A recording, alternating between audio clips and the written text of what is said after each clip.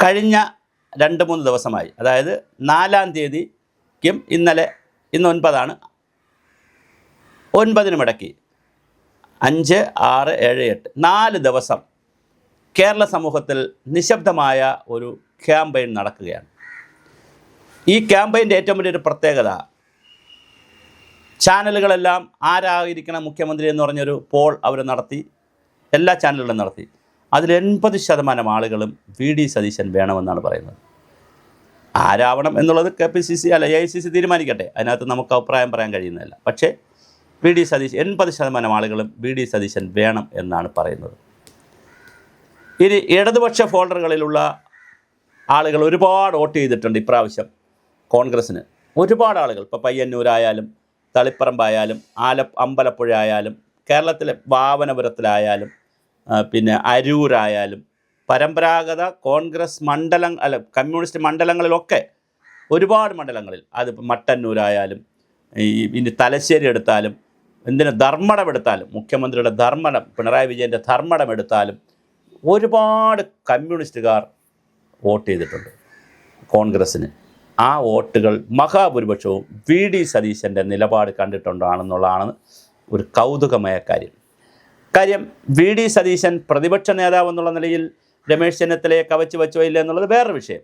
ഒരുപാട് കാര്യങ്ങൾ മുന്നോട്ട് കൊണ്ടുവന്നത് പ്രതിപക്ഷ നേതാവ് എന്ന നിലയിൽ രമേശ് ചെന്നിത്തലയാണ്. രമേശ് ചെന്നിത്തല ശരിക്കും പറഞ്ഞാൽ പിണറായി ഗവൺമെൻറ്റിന് അക്ഷരാർത്ഥത്തിൽ സ്പ്രിംഗ്ലർ ഇഷ്യൂ ഉൾപ്പെടെ പിന്നെ ശിവശങ്കറിൻ്റെ ഇഷ്യൂ ഉൾപ്പെടെയുള്ള അക്ഷരാർത്ഥത്തിൽ വലിയ മൂക്ക് കുത്തിക്കുന്ന ഒരു പ്രവർത്തനമാണ് രമേശ് ചെന്നിത്തല പ്രതിപക്ഷ നേതാവ് എന്നുള്ള നിലയിൽ അന്ന് ചെയ്തത്. പക്ഷേ പ്രതിപക്ഷ നേതാവ് എന്നുള്ള നിലയിലുള്ള പ്രവർത്തനങ്ങൾക്കപ്പുറമായി വി.ഡി. സതീശൻ്റെ പല പ്രവർത്തനങ്ങളും, 5ഓളം ഉപതെരഞ്ഞെടുപ്പിൽ തൃക്കാക്കരയായാലും കോട്ടയം പുതുപ്പള്ളിയിലായാലും പിന്നെ നിലമ്പൂരിലായാലും അതുപോലെ തന്നെ പാലക്കാടായാലും ഒക്കെ നടന്ന ഉപതെരഞ്ഞെടുപ്പുകളിൽ വളരെ കൃത്യമായി കോൺഗ്രസ്സിനെ ജയിപ്പിക്കുന്നതിൽ വലിയ പങ്ക് ഒരു ഇലക്ഷൻ മാനേജർ എന്നുള്ള നിലയിൽ സതീശൻ എടുത്തിരുന്നു. 100 സീറ്റ് കിട്ടിയില്ലെങ്കിൽ വനവാസത്തിന് പോകും. അതൊക്കെ ഒരു പൊളിറ്റിക്സിക്കൽ ഒരു ഗെയിമാണ്, അതൊരു ചലഞ്ചാണ്. ആ ചലഞ്ചിൽ വി.ഡി. സതീശൻ ഫ്രണ്ടിൽ നിന്ന് നയിച്ചതുപോലെയാണ് ആളുകൾക്ക് നയിച്ചു. അങ്ങനെയാണ് ജനത്തിന് തോന്നിയത്. അപ്പോൾ സ്വാഭാവികമായിട്ടും 100 സീറ്റ് കിട്ടിയില്ലെങ്കിൽ വനവാസത്തിന് പോകും. 12 മന്ത്രിമാർ, 1 ഡസൻ 2 ഡസൻ മന്ത്രിമാർ, അല്ല 1 ഡസൻ മന്ത്രിമാരെങ്കിലും ഈ തോറ്റുപോകും. ഇങ്ങനെ തുടങ്ങിയിട്ടുള്ള നിരവധി കാര്യങ്ങൾ വി.ഡി. സതീശൻ ഒരു കോൺഫിഡൻസ് ലെവലിൽ പറഞ്ഞു.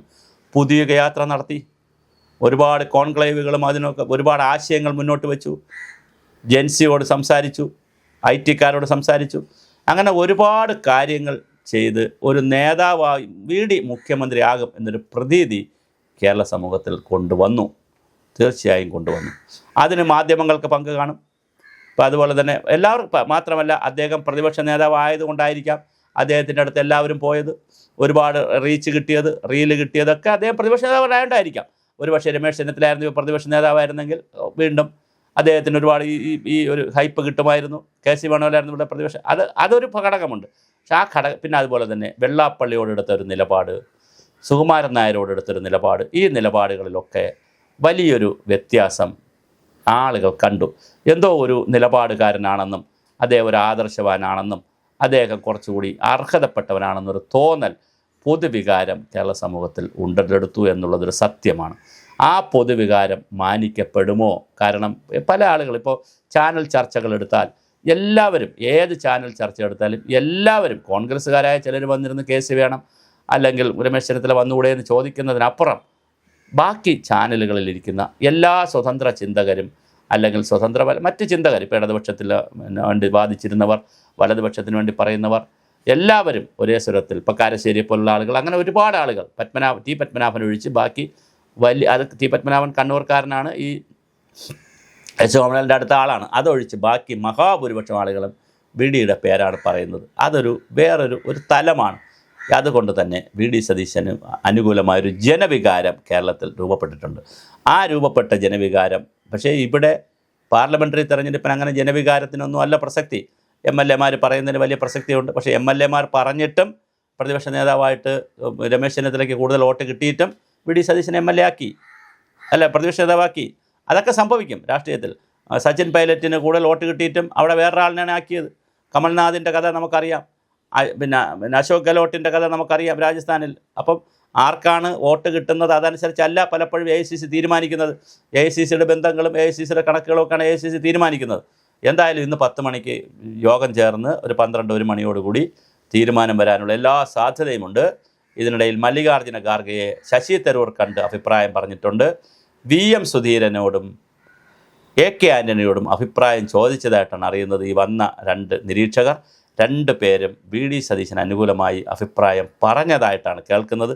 അങ്ങനെയൊക്കെ ആണെങ്കിൽ VD സതീശൻ്റെ പേര് ആയിരിക്കും ചിലപ്പോൾ മുന്നോട്ട് വരിക. ഇനി AK ആൻ്റണി രാഹുൽ ഗാന്ധിയുമായി സംസാരിക്കാനുള്ള എല്ലാ സാധ്യതയുമുണ്ട്, അല്ലെങ്കിൽ രാഹുൽ ഗാന്ധി AK ആൻ്റണിയായി സംസാരിക്കാനുള്ള സാധ്യതയുണ്ട്.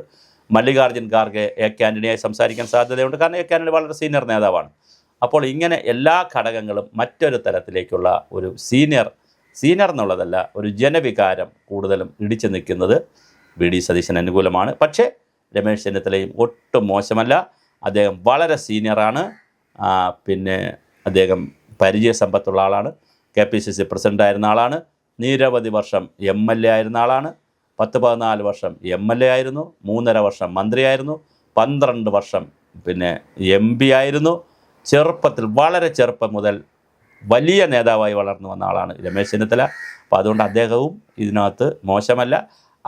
പക്ഷേ അദ്ദേഹം ഈ തെരഞ്ഞെടുപ്പിൽ പ്രതിപക്ഷ നേതാവ് അല്ലാതിരുന്നത് കൊണ്ടും ഇങ്ങനെ ഈ ഒരു സതീശൻ മോഡലിലുള്ള ഒരു പ്രവർത്തന ശൈലി അല്ലാതിരുന്നത് കൊണ്ടാണ് ജനങ്ങളുടെ ഒരു ഹൈപ്പ് കിട്ടാത്തത്. അല്ലെങ്കിൽ തീർച്ചയായിട്ടും രമേശ് ചെന്നിത്തലയും ഇതിനകത്ത് ഏറ്റവും ആപ്റ്റായിട്ടുള്ള ഒരു കഥാപാത്രം തന്നെയാണ്. അതേസമയം സംഘടനാ സെക്രട്ടറി എന്നുള്ള നിലയിലും മറ്റു തരത്തിലും KC വേണുഗോപാലിനെ നമുക്ക് പിന്നോട്ട് വെക്കാൻ പറ്റില്ല. അദ്ദേഹം MLA ആയി, മന്ത്രിയായി, പിന്നെ അതുപോലെ തന്നെ MP ആയി. അദ്ദേഹവും ചെറിയ നേതാവല്ല. കണ്ണൂർക്കാനാണെങ്കിലും ആലപ്പുഴ വന്നു നിന്ന് വലിയ ജനഹൃദയങ്ങളിൽ സ്ഥാനമുള്ള ആളാണ്. നല്ല മികച്ച സംഘാടകനാണ്, ഒക്കെയാണ്. അപ്പോൾ അതുകൊണ്ട് കോൺഗ്രസ് തീരുമാനിക്കട്ടെ. പക്ഷേ ജനവികാരം കിടക്കുന്നത് സതീശന് അനുകൂലമാണ് എന്നുള്ളതാണ് നമ്മുടെ ഒരു നിരീക്ഷണം.